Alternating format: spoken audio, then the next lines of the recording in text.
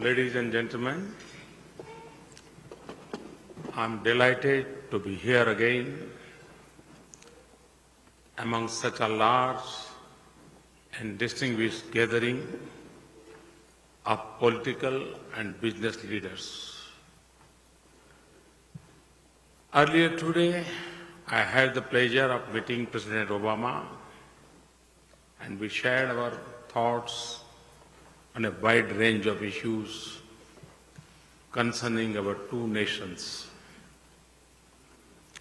Tomorrow, I look forward to addressing the US Congress.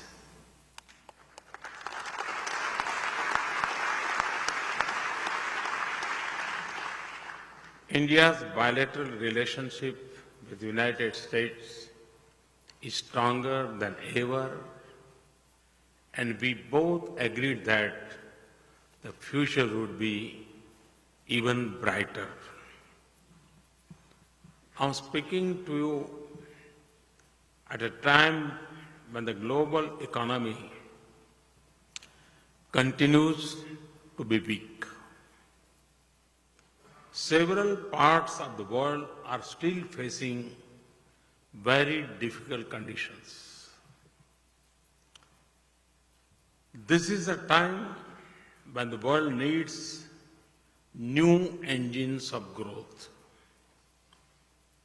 From the point of view of the world's oldest democracy, obviously, it would be nice if the new engines are democratic engines.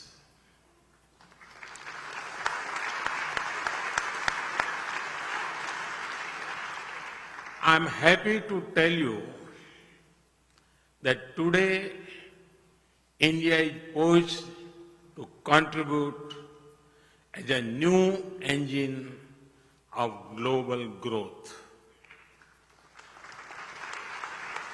A larger Indian economy has multiple benefits for the world. Obviously, India presents a large and growing market, but India is much more than a market. India is a reliable partner, a source of high-quality scientific, engineering and managerial talent, a crucible of development ideas and experiments, an efficient source of high-quality R&D, and a testimony that democracy and rapid growth can coexist. As India embarks on a new era of development, it needs to learn much from America's tradition of entrepreneurship and innovation. America remains at the forefront of scientific and technological innovation, from air traffic control to air quality improvement, from drugs to drones, from hybrid cars to hydrofracking. Indeed, to me, America is not just a country with a great past, it is a country with an exciting future.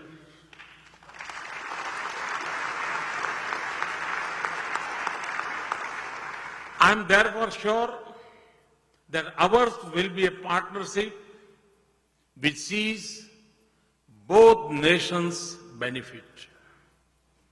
A very unique feature of the Indo-American relationship is the critical role of the Indian-American community in the US economy. It is rare that immigrants from one nation who becomes immigrants in other enjoy such high respect and repute in both countries. Indian Americans are a powerful connecting force in our growing economic cultural ties. I have just completed 2 years in the office. When I addressed you in 2014, I had just taken over the reins of government. We face a particular challenging domestic and external environment. Confidence of investors was at a low. Doubts were being expressed about the future of the Indian economy. The business community was unhappy with the inertia and stagnation that had set in. There was frustration with archaic policies and red tape. In 2 years, we have managed to overcome the odds and register an impressive economic performance. I want to take this opportunity to describe to you the key elements of our policies. I've said several times that my aim is to reform, to transform. For me, reforms are those policies that transform the lives of ordinary citizens. In the last 2 years, we have taken a comprehensive package of reforms which go beyond more economic reforms. I can classify them into 4 types.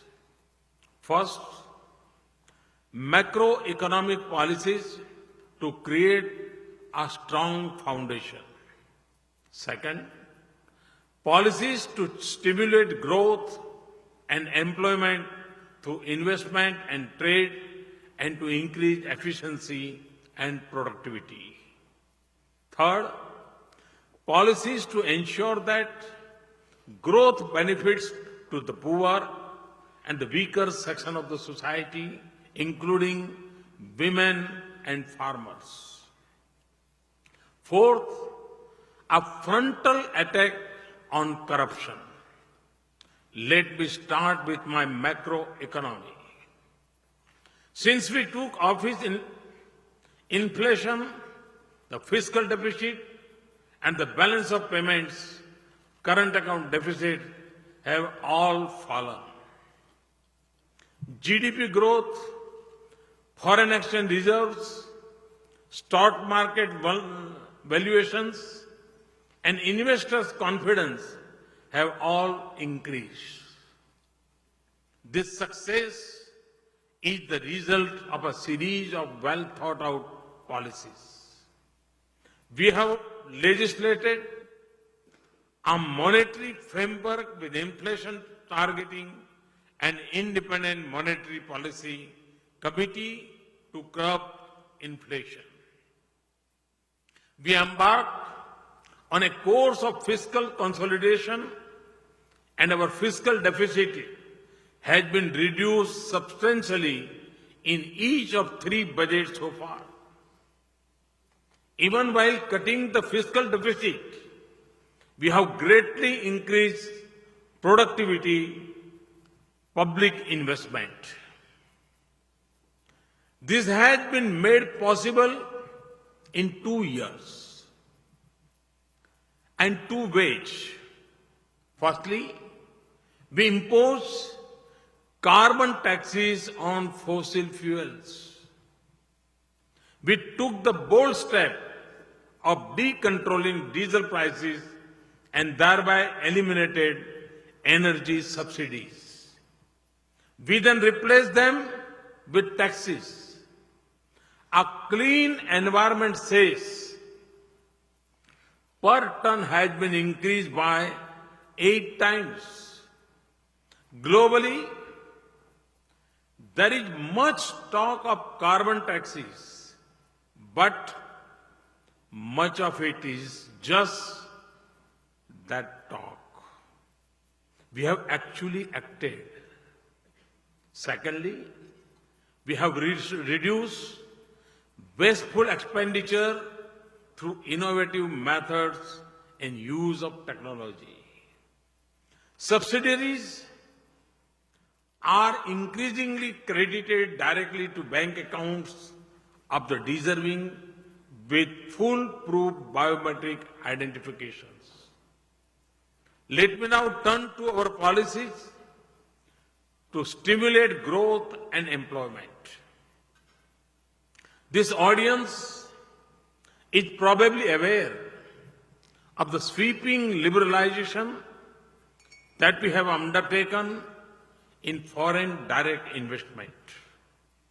We have put most sectors on automatic approval and opened up sectors like defense and railways to foreign investment.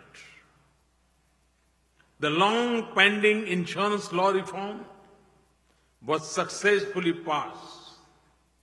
Several insurance companies, including American companies, have already enhanced their investment in the insurance sector. We have taken major steps to increase the ease of doing business and have already begun climbing steeply in the global ranking. We are encouraging foreign and domestic investors to set up high quality and efficient manufacturing facilities. We have greatly enhanced investment in roads, railways, ports, and waterways to improve logistics. We have made major process improvements in our ports to reduce the time taken for cargo to enter and exit. We admire the startup ecosystem in your country. We are making a beginning in replicating it. Our Startup India program has stimulated a new breed of innovators. In 2016, Capgemini has ranked Bengaluru as the 5th most preferred location for innovation centers. It was not even in the top 10 in 2015. For our economy to succeed, we need a strong banking system. We inherited a system where cronyism and corruption were believed to be rampant in banking decisions and appointments to public sector banks. I held the first ever retreat of a Prime Minister with bankers. We have set up a clear performance measures and accountability mechanisms. We are committed to ensuring adequate capital.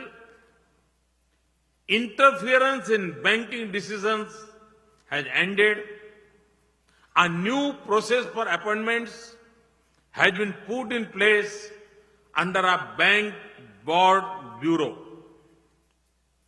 Credible and capable bankers have been appointed to head banks. For the first time since banks were nationalized 47 years ago, private sector professionals have been appointed in key positions first time. I now turn to our policies to ensure that growth is inclusive. We have brought more than 200 million people into the banking system through the financial inclusion program called Pradhan Mantri Jan Dhan Yojana. This is more than the population of most countries in the world. Now, these millions are part of our banking system, and words like interest rate have a meaning for these poor people. These people have shown that there is a great strength at the bottom of the pyramid. Believe it or not, accounts opened under the Pradhan Mantri Jan Dhan Yojana today have a total balance of almost $6 billion. The Jan Dhan Yojana has also transformed the ability of the poor to make and to receive electronic payments. Every Jan Dhan account holder is eligible for debit cards. India's banks and post offices are also being encouraged to operate mobile ATMs. Mobile ATM is one where cash can be drawn and simple banking tasks done through a handheld device. We have provided a safety net through new social security schemes. We have introduced 3 non-subsidized but low-cost schemes covering accident insurance, life insurance, and pensions. Because of their massive coverage, the premiums are low. There are now over 120 million subscribers. We have paid special attention to gender justice into empowering women. We have a new savings program to help pay for girls' education with a special high rate of interest. To relieve rural women from the health hazards of cooking with firewood, we are giving 50 million new gas connections in poor rural areas. Under our new self-employment financing program called Mudra, Pradhan Mantri Mudra Yojana, over 70% of the beneficiaries are women. More than 27 million new women-headed businesses have been assisted. We have changed our policies to allow women in combat roles in the armed forces. New rules are increasing the representation of women on corporate boards of directors. Agriculture remains India's mainstay in terms of providing livelihood. There was a tendency to deprive farmers of subsidized fertilizer by diverting it for the production of chemicals. A simple but very effective solution is neem coating of fertilizer, which makes it unsuitable for diversion. We have moved towards universal neem coating of urea. It has already saved millions of rupees of diverted farm subsidies and improved fertilizer availability to farmers. It is an example of how simple reforms can be very effective. We have introduced a soil health card nationally, which tells every farmer the condition of his or her soil. It enables the farmers to choose the best crop and right quantity and mix of inputs. The greatly reduced wastage of inputs and increased crop yield besides protecting the soil. By reducing unnecessary chemical inputs, it is also good for health of consumers. 140 million soil health cards will be issued. This brings me to an achievement that I think even our worst critics do not dispute. This is the change in levels of corruption.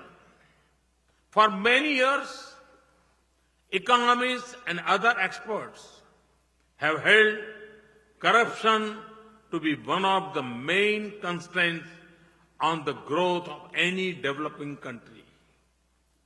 We have taken decisive steps to curb corruption. I have already referred to what has been done in public sector banks. We removed discretion in allocation of key resources and moved to transparent auction of mines, spectrum and FM radio licenses, and we have purged leakage through direct benefit transfer. We have revamped our personnel management to ensure that senior positions are held by persons of integrity. We have launched an ongoing campaign against tax evasion and black money. The poor are the greatest beneficiaries of the reduction in corruption. Looking to the future, let me outline what I see as the path we will follow in the coming years. Firstly, we will continue to have disciplined and prudent macroeconomic policies. I firmly believe that sound macroeconomic fundamentals are necessary foundation for long-term sustainable growth. Secondly, we will combine this with a continued stress on inclusion and equity. This is to ensure the fruits of development reach not to a few, not to many, but to all Indians.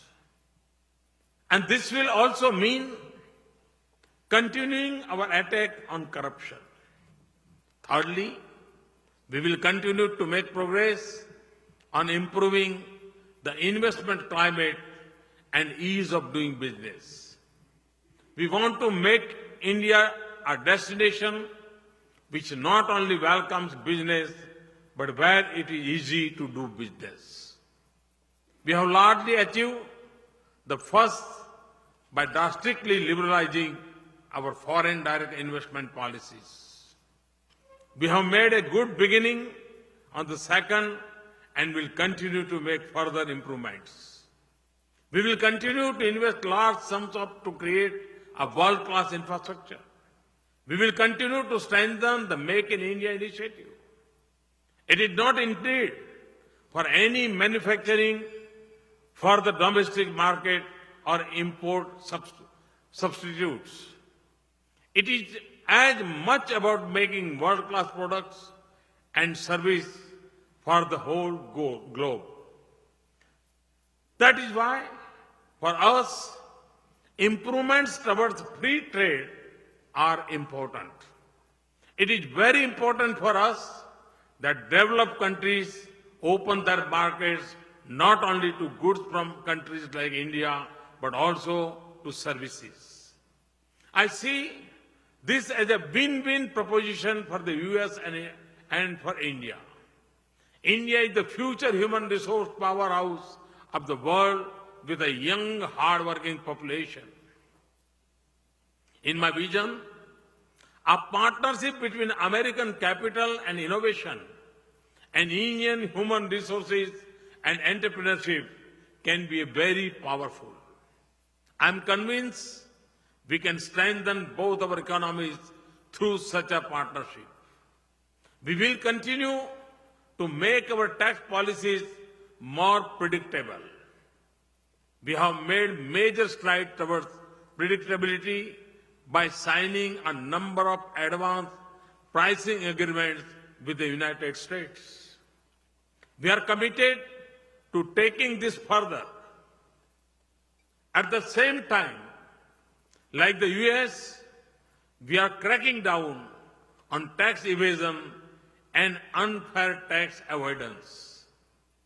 We will continue to provide strong protection to intellectual property rights in accordance with our newly announced policy. We will continue to open up our defense sector. I'm aware that licensing policies can sometimes slow down the process of investing in India's defense sector. We are exploring a simpler and more efficient project licensing approach for defense. In the field of nuclear energy, we are purchasing 6 nuclear reactors from Westinghouse, which will mark a new era in our nuclear and scientific cooperation.